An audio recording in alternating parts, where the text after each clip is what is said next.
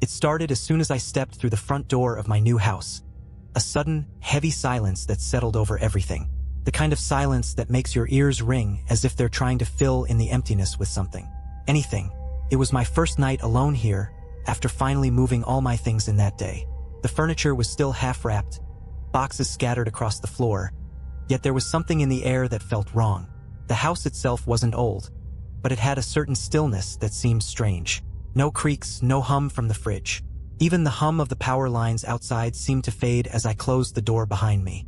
Standing in the middle of the living room, I felt a strange pressure in my chest, an almost instinctual urge to turn and walk right back out. But it was my house now, so I brushed it off and started unpacking. I tried to keep myself busy, shuffling around, setting things up. I had just finished putting together my bed when I noticed something odd. There were faint footprints on the carpet in the hallway. Bare, human footprints that hadn't been there earlier. At first, I convinced myself it was some dust pattern, something I must have tracked in. But I couldn't ignore that they seemed too small for my feet, too narrow and delicate. And they led straight to the master bedroom, the room I'd be sleeping in that night. I shook it off, blaming my tired mind, and decided to grab a drink from the kitchen. But when I turned the corner, there was another surprise waiting. My kitchen lights were flickering, a slow, methodical pulse that had no reason or rhythm. I thought it was probably an electrical issue from the move. But the lights dimmed one final time, casting the room in a weak, orange glow, just bright enough to show something lying in the center of the floor. A key. One I hadn't seen before, long and rusty. The kind of thing you'd find in an attic of an ancient house, not a modern suburban home. Curiosity overtook me, and I picked it up. The metal was cold, impossibly so. My fingers tingled, and a feeling crept up my spine, one that was hard to shake. I didn't know where the key led, but it seemed to weigh my hand down, heavy with some unspoken dread. I tried to focus on something else, but as the hours ticked on, the sounds began. Low, rhythmic tapping that seemed to come from the walls. I searched for the source, pressing my ear to each surface, walking from room to room, only for the tapping to move, always staying just out of reach, as if it were shifting through the house to avoid me. It was almost mocking. The worst part was the mirror in the hallway. Every time I passed by, I'd catch a glimpse of something strange in it. It was my reflection, but wrong. Its movements were just a bit off. If I took a step, my reflection took two. If I blinked, it stared right back at me, eyes dark and void. Once I thought I saw it smiling, a wide, unnatural grin that stretched far too much. By then, the air had grown thick with an overwhelming sense of dread. I couldn't ignore it anymore. I decided to head up to bed, thinking maybe sleep would ease whatever was happening. But as I climbed the stairs, I felt a sudden chill, so cold that my breath came out in visible puffs. And then, as I reached the top of the stairs, I saw it. A figure standing at the end of the hallway. It was tall, its form a distorted shadow that flickered as if it were part of the dim lighting. Its eyes were hollow, deep pits that stared straight at me, watching, waiting. I wanted to scream, but the sound caught in my throat. The figure didn't move, it didn't make a sound. It just stood there, as though daring me to approach. I don't know how long I stood frozen, but eventually, I forced myself to turn and go back down the stairs, all the way back to the front door. I tried the handle, pulling and tugging, but it wouldn't budge. The door was locked. The key I'd found earlier was gone from my pocket, vanished as if it had never existed. The shadow was gone when I turned around, but I knew it hadn't left. It was somewhere, waiting. Every room I passed seemed darker than it should have been, and when I finally got back to the kitchen, I noticed something on the counter. A note I hadn't left there. "Welcome home," it read, scrawled in shaky handwriting. Beneath it, there was a small, worn-out notebook. I opened it, fingers trembling, and began to read. The first few pages were filled with desperate entries, each one dated years ago, from someone who'd lived here before me. The last entry sent a chill through my entire body. "I can't leave. It won't let me. It wants me to stay, to replace me. If you find this, know it's too late. You're already part of it." Just then, the lights went out completely, and the tapping in the walls grew louder, surrounding me from all sides. There was no escape, no way out. All I could do was sit in the darkness, listening to the tapping grow closer and closer until it was right beside me. A whisper in my ear, a shadow waiting just beyond sight. And as the silence settled over me once more, I finally understood. I wasn't alone in the house. I never had been. I don't know how long I sat in the dark, frozen. The air was so thick it felt like something was pressing down on my shoulders, weighing me into the floor. My heartbeat was loud in my ears, each thud a drumbeat to the maddening silence. But then I heard something that pulled me out of my daze. Footsteps. They were faint at first, a soft padding sound coming from upstairs. I gripped the edge of the countertop, unsure if I should stay put or try to make a break for it. Every instinct in me was screaming to run, but the footsteps grew louder, closer, echoing down the stairs as though they were being drawn to my fear. I forced myself to stand, my legs shaky, and stumbled toward the nearest room, the living room. I crouched behind the couch, holding my breath, listening to the steady, unhurried steps. Whoever or whatever was coming down the stairs wanted me to hear it, as if savoring the fear building in me. I squeezed my eyes shut, praying that it would pass by, that it wouldn't know where I was hiding. The footsteps slowed as they reached the bottom of the stairs, pausing at the threshold between the hallway and the living room. I could feel its presence like a weight in the room. Every hair on my neck stood up, my skin crawling with a primal fear. Then came a voice, a low, hoarse whisper that sent chills straight through me. "I know you're here." The voice was wrong. It sounded twisted, like a broken record playing over an old, rusted speaker. It was close, too close, and as the words hung in the air, I could feel a coldness seeping toward me, like fingers reaching out to touch me. I pressed my back against the couch, trying to melt into it, and then silence.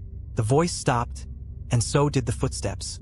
I held my breath, waiting, terrified of making a sound. After a long pause, I heard it moving again, this time toward the front door. I dared to peek over the edge of the couch. The figure was standing by the door, its back to me. It looked almost human, but its shape was all wrong, its spine twisted at impossible angles. The arms were unnaturally long, fingers tipped with dark, claw-like nails that scraped lightly against the door. My stomach turned, and I felt bile rising as I watched it. It tilted its head, almost as if listening, and I took the moment to inch back, hoping I could escape to the back door or maybe a window. But as I moved, the floor creaked under my weight. I froze, but it was too late. The figure's head snapped around, and I saw its face, or what should have been a face. There were no eyes, only hollow pits that seemed to pull the darkness into them. Its mouth was stretched wide, far too wide, and it grinned, exposing rows of jagged teeth. It let out a low, guttural growl and began to shuffle toward me, its limbs bending at unnatural angles. I ran. I didn't look back. I just bolted toward the back of the house. But as I reached the kitchen, the lights flickered, and suddenly, the whole house was filled with the deafening sound of that tapping, now echoing from every wall, every corner. It was so loud, so relentless, I had to cover my ears as I ran. I reached the back door, fumbling with the lock, my fingers trembling so much I could barely get a grip. Finally, I managed to twist it, pulling the door open, only to find that it led into darkness. Not my backyard, not the street, just nothing. A black void stretched out before me, swallowing everything. I backed away, my stomach dropping, realizing that escape was impossible. The tapping grew louder, and I turned to see the figure standing in the hallway, watching me with those empty, hungry eyes. Its head tilted, its mouth twisting into that horrific grin again. "You're home," it whispered, voice dripping with malice. "And I'm just getting started." I scrambled back into the kitchen, desperately looking for anything I could use as a weapon. My eyes landed on a knife lying on the counter. I grabbed it, clutching it tight, as the figure moved closer, its limbs stretching and contorting as it moved, filling the hallway, blocking any chance of escape. But then, something changed. The lights flickered again, and for a brief second, I saw something behind the figure. Another face, just as twisted and empty, hovering in the darkness, and then another and another. They were layered on top of each other, faces upon faces, each one more horrifying than the last, as if every person who had ever set foot in this house was still trapped here, part of the entity, feeding it. I realized, with a sickening certainty, that the house itself was alive. It was feeding off my fear, my helplessness, drawing me deeper into its grasp. And as the entity reached for me, its claws extended, I knew I was next in line to become part of its endless, hollow hunger. In a desperate last act, I lunged forward with the knife, slashing at its outstretched hand. The blade met resistance, cutting through something solid yet cold as ice. The figure recoiled, hissing, and in that moment, I saw an opening. A door that hadn't been there before, cracked open at the far end of the kitchen, spilling dim, flickering light into the darkness. Without thinking, I sprinted for it, throwing myself through the doorway just as the lights went out completely. I fell forward, landing on cold, hard ground, and when I looked back, the door was gone. I was outside, lying in my front yard. The house loomed behind me, dark and silent, its windows like empty eyes staring back at me. I sat there for a long time, too afraid to move, to breathe. As I sat in the grass, staring at my dark, silent house, the gravity of what had just happened began to settle over me like a weight. I was outside. I had made it out. The night was cold, the air sharp with the smell of wet earth, and I could feel the dew soaking into my clothes. I didn't care. I was out of that place, away from whatever horror lurked within. But then, as my breaths began to steady, something caught my attention. The front door, which I knew I'd locked, was slightly ajar. A faint light flickered inside, the same dim, sickly glow I'd seen in the kitchen. It seemed to pulse, like a heartbeat, as if the house were alive, waiting, daring me to come back. I tried to look away, to get up and walk to the street, to find anyone who could help me. But no matter how hard I tried, my gaze kept drifting back to that door, and an almost hypnotic pull washed over me. My mind raced, trying to make sense of the night, to understand why the house wouldn't just let me go. The words from the notebook I'd found earlier echoed in my head. "You're already part of it." A wave of dread gripped me, but I pushed it aside, telling myself I'd find somewhere else to stay, somewhere safe. But then I felt it, the unmistakable sensation of being watched. I looked back at the windows of the house, but they were black, empty.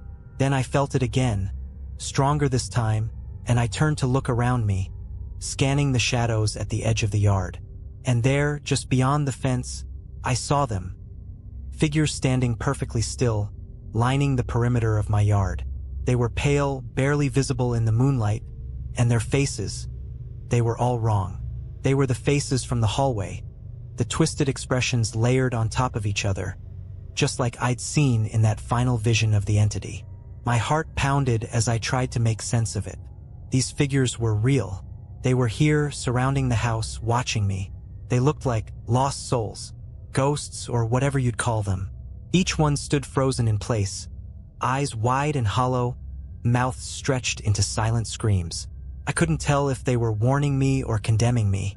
I took a step back, feeling that same primal fear crawling up my spine, and one of them moved. It was a slight tilt of the head, as if acknowledging my presence. And then another figure did the same, and another. Slowly, each of them turned their empty eyes toward me, those gaping expressions fixed on my every move. That's when I heard the whisper, soft and barely audible, like a breeze but with words threaded through it. "Come back." The voice was everywhere and nowhere, echoing off the trees, blending with the night. It was the same voice I'd heard in the house, twisted and dark, yet strangely familiar. The voices of those figures seemed to merge, creating a low, eerie hum that grew louder, filling the air with a relentless pull. Couldn't stand it. I turned on my heel and bolted, sprinting down the street as fast as my legs would carry me, away from the house, away from the figures. But as I ran, the streetlights above flickered and dimmed, one by one, casting the road into darkness. The voices grew louder, almost chanting now, urging me to come back, to return to the place I just barely escaped. I didn't stop running until I reached a gas station several blocks away, where the fluorescent lights buzzed overhead, casting a pale, steady glow. I stumbled through the doors, breathless, disoriented, as the clerk behind the counter looked up, his eyes narrowing in concern. "You all right?" he asked, his voice pulling me back to reality. I opened my mouth to respond, but I didn't know what to say. How could I even begin to explain? Instead, I just nodded, catching my breath as I glanced out the gas station's front window. The house was too far away to see from here, but the memory of those figures, those empty faces watching me, was burned into my mind. I spent the rest of the night in my car, parked in the gas station lot. I watched the sun rise, felt the relief of dawn spreading warmth over the town, convincing myself that whatever I'd experienced was over. But when I drove back to the house the next morning, there was something waiting for me. A small envelope taped to the front door. My hands trembled as I took it down, breaking the seal, pulling out a single sheet of paper. The handwriting was shaky, barely legible, but the words were clear enough to make my blood run cold. You left last night, but you didn't leave alone. They're with you now. You're theirs. I dropped the note, backing away from the door. I glanced around the neighborhood, expecting to see the shadowed figures lingering in the daylight, watching me. But there was no one, just me, standing alone on my doorstep, clutching the remnants of what little sanity I had left. As I turned to get back in my car, my gaze drifted to the reflection in the car window. First, it was just me, pale and shaken. But then, slowly, other faces appeared, layered over mine, faces I didn't recognize, hollow and twisted, staring back at me with an eerie, knowing grin. I staggered back from the car, my heart racing. The faces in the reflection lingered for a moment, their hollow eyes locked onto mine, before they faded away, leaving only my pale, haunted expression staring back. It took every ounce of willpower I had to steady myself and get into the car, but I knew I couldn't stay there. I couldn't go back into the house. So I started driving, aimlessly, just trying to put distance between myself and whatever had latched onto me. As I drove, flashes of last night flooded my mind. The twisted figure, the tapping in the walls, that eerie whisper calling me back. My hands were shaking on the wheel, my skin prickling with the feeling that I wasn't alone. I kept glancing in the rearview mirror, half expecting to see something lurking in the back seat, or worse, those faces staring back at me again. But the mirror showed nothing except the empty road stretching out behind me. After what felt like hours, I found myself parked at a diner on the outskirts of town.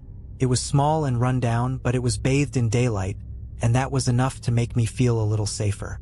I slid into a booth near the window, where I could keep an eye on my car, and ordered a coffee, hoping the warmth would chase away the chill that had settled into my bones. As I waited, I couldn't shake the sensation that something was watching me. I scanned the diner, just a couple of regulars at the counter, a tired waitress refilling mugs, nothing out of place. But then, my eyes landed on a mirror behind the counter, and I felt that familiar chill. Reflected in the glass, I saw a shadowy figure standing just outside the diner's front door, its face obscured, but unmistakably staring right at me. My heart leapt into my throat. I whipped around to look out the window, but there was nothing there. Just my car, the empty parking lot, and the faint outline of trees beyond. But when I looked back at the mirror, the shadow was still there, lingering just outside the door, unmoving, as if waiting for me to acknowledge it. The waitress walked by, breaking my trance. "You all right, Han?" she asked, giving me a concerned look. I hesitated, glancing at the mirror again, but the shadow was gone. I managed a weak nod, forcing myself to look away from the mirror, to pretend like nothing was wrong. But my hands wouldn't stop shaking, and the coffee sat untouched in front of me, cooling as I tried to steady my breath. Just then, I felt my phone vibrate in my pocket. The screen lit up with a message from an unknown number. "You can't run from them. They're part of you now." I dropped the phone as if it had burned me, my heart pounding. I didn't recognize the number, and my mind raced with possibilities. Had someone been watching me? Was it some cruel prank? Or worse, was it the house itself? I grabbed the phone again, hands trembling, and typed a response, demanding to know who was sending these messages. But as soon as I hit send, the screen flickered, and the phone shut off completely. Dead. I tried turning it back on, but it wouldn't respond. Just a blank, black screen. Panic started to creep in. I didn't know where to go or who to call. The house wasn't safe, and now it seemed like even the daylight couldn't protect me. I felt trapped, cornered, and completely alone. Every sound in the diner, the clink of mugs, the hum of conversation, seemed to grow louder, distorted, pressing in on me. I had to get out. I bolted from the booth, ignoring the waitress's confused stare, and ran to my car. I fumbled with the keys, my mind racing, until the engine finally roared to life. I didn't know where I was going, but I needed to get as far away from here as possible. I drove until the buildings gave way to trees, following an old back road that twisted through the woods. It was quiet, isolated, with nothing but the faint rustling of leaves and the crunch of gravel beneath my tires. I pulled over, breathing heavily, hoping that the isolation would somehow free me from whatever was happening. But then I saw it, in the rearview mirror standing directly behind my car. The same shadowy figure, only this time it was closer, close enough that I could make out its shape. It was tall, with elongated limbs that bent at unnatural angles. And its face was still a blur, as though it refused to let itself be seen. I closed my eyes, hoping it was a hallucination, that the fear was twisting my mind. But when I opened them, it was there, even closer now, pressing up against the car, its face almost touching the window. A faint tapping began on the glass, the same rhythmic tapping I'd heard in the walls of the house, now echoing right beside me. Each tap felt like it was drilling into my skull, a reminder that I was trapped, that there was no escape. And then the tapping stopped. A low, raspy voice filled the car, chilling me to the bone. "Come home." The words were soft, almost tender, but they held an unmistakable threat, a command that I knew I couldn't ignore. The figure backed away, melting into the shadows, leaving me alone on the deserted road. Against every instinct screaming inside me, I turned the car around. I don't know why. Maybe it was the exhaustion, the creeping madness, or the twisted logic that returning to the house might be my only way to escape it. Maybe I just wanted it all to end. As I approached the house, dread settled over me like a heavy fog. The door was still slightly open, as if it had been waiting for me. I stepped inside, the air thick with silence, the shadows stretching long and dark across the floor. The house was unchanged, yet different. The walls seemed to pulse, as though they were breathing, alive. The tapping resumed, louder this time, echoing from every direction, a mocking reminder of my return. And then, the voices started, whispers, soft and insistent, coming from every corner of the room. "You're home. You belong to us now." I tried to back away, but my feet wouldn't move. It was as though the floor had turned to glue, holding me in place, forcing me to listen to the voices growing louder, merging into a terrible, echoing chant. The shadows around me shifted, taking form, and I realized with horror that they were the figures from outside, the same twisted faces I'd seen in my reflection. They surrounded me, closing in, their hollow eyes fixed on me with a chilling hunger. I opened my mouth to scream, but no sound came out. The figures reached for me, their hands cold and clawed, pulling me deeper into the darkness.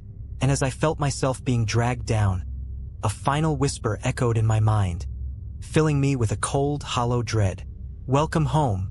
And in that last moment, before the darkness swallowed me, I understood. I had never really left. I was falling. It felt endless, like being swallowed by a dark ocean, the weight pressing down on me from all sides. My senses dulled, vision blurred, and sound faded into an oppressive silence that was somehow worse than any noise.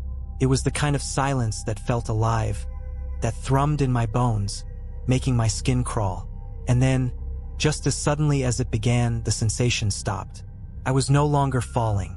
I opened my eyes, slowly, warily, expecting the worst. But what I saw was my house. The same living room, the same half-unpacked boxes, the same furniture I had arranged just hours before. For a brief, disorienting moment, I thought maybe I'd blacked out, imagined everything. The figures, the whispers, the strange messages. Maybe this had all been a vivid nightmare, some twisted hallucination brought on by exhaustion. But then I noticed the clock on the wall. The second hand wasn't moving. I stepped closer, staring at it, willing it to tick, to confirm that this was reality. But it stayed frozen, suspended in time like the room itself. The air felt thick and stale, as if the house were holding its breath. I glanced out the window, hoping to see the world outside, some sign of life. But all I saw was blackness, a dense, impenetrable void that swallowed the edges of the house. There was nothing beyond the walls, just a vast, empty nothingness. A low hum began to fill the air, vibrating through the floor, the walls, and into my bones. It was the same hum I'd heard in the diner, the same one that had followed me all night, growing louder now, until it was almost unbearable. I covered my ears, but the sound burrowed into my skull, persistent and relentless, drowning out my thoughts. And then, over the hum, I heard the voice again.